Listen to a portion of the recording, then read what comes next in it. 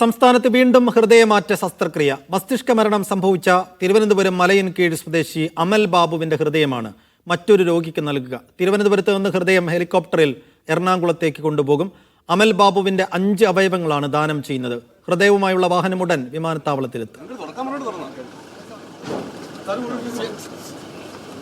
ഷിജോ കുര്യൻ വിശദാംശങ്ങൾ നൽകും. ഷിജോ, നിമിഷങ്ങൾ എണ്ണി നെഞ്ചിടിപ്പോടെ കേരളം മറ്റൊരു ഹൃദയമാറ്റ ശസ്ത്രക്രിയക്കായി കാതോർക്കുന്നു.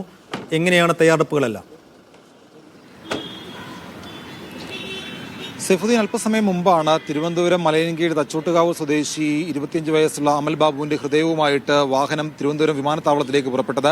ഇപ്പോൾ ഇവിടുന്ന് ഏതാണ്ട് 6 കിലോമീറ്റർ ദൂരമാണുള്ളത്. 6 കിലോമീറ്റർ ദൂരം പിന്നിടാനായിട്ട് 10 മിനിറ്റ് സമയം പോലും എടുക്കില്ല. വളരെ വേഗം വാഹനം വിമാനത്താവളത്തിലെത്തും. അവിടുന്ന് പ്രത്യേകം തയ്യാറാക്കിയ സംസ്ഥാന സർക്കാരിന്റെ എയർ ഹെലികോപ്റ്ററിൽ 1 മണിക്കൂറിനുള്ളിൽ കൊച്ചിയിലേക്ക് കൊണ്ടുപോകും. മലപ്പുറം സ്വദേശിയായിട്ടുള്ള 33 വയസ്സുകാരനാണ് ഈ ഹൃദയം നൽകുക. കഴിഞ്ഞ ദിവസമാണ് 4 ദിവസം മുമ്പാണ് മലയൻകീഴ് സ്വദേശിയായിട്ടുള്ള അമൽ ബാബുവിന് വാഹനാപകടത്തിൽ ഗുരുതരമായി പരിക്കേറ്റ് തിരുവനന്തപുരം കിംസ് ആശുപത്രിയിലേക്ക് കൊണ്ടുവന്നത്. ചികിത്സയിലിരിക്കെ ഇന്നലെ രാത്രിയോടുകൂടി മസ്തിഷ്ക മരണം സ്ഥിരീകരിക്കുകയായിരുന്നു. അതേ തുടർന്നാണ് അവയവം ദാനം ചെയ്യാനായിട്ട് മാതാപിതാക്കൾ തയ്യാറായത്. അമൽ ബാബുവിന്റെ 5 അവയവങ്ങൾ 4 പേർക്കായിട്ട് നൽകുകയും ചെയ്യും. അതിൽ ഏറ്റവും പ്രധാനപ്പെട്ടത് ഹൃദയമാണ്. ഹൃദയം എന്തായാലും ഇപ്പോൾ തിരുവനന്തപുരം കിംസ് ആശുപത്രിയിൽ നിന്ന് കൊച്ചി ലിസി ആശുപത്രിയിലേക്ക് കൊണ്ടുപോയിട്ടുണ്ട്.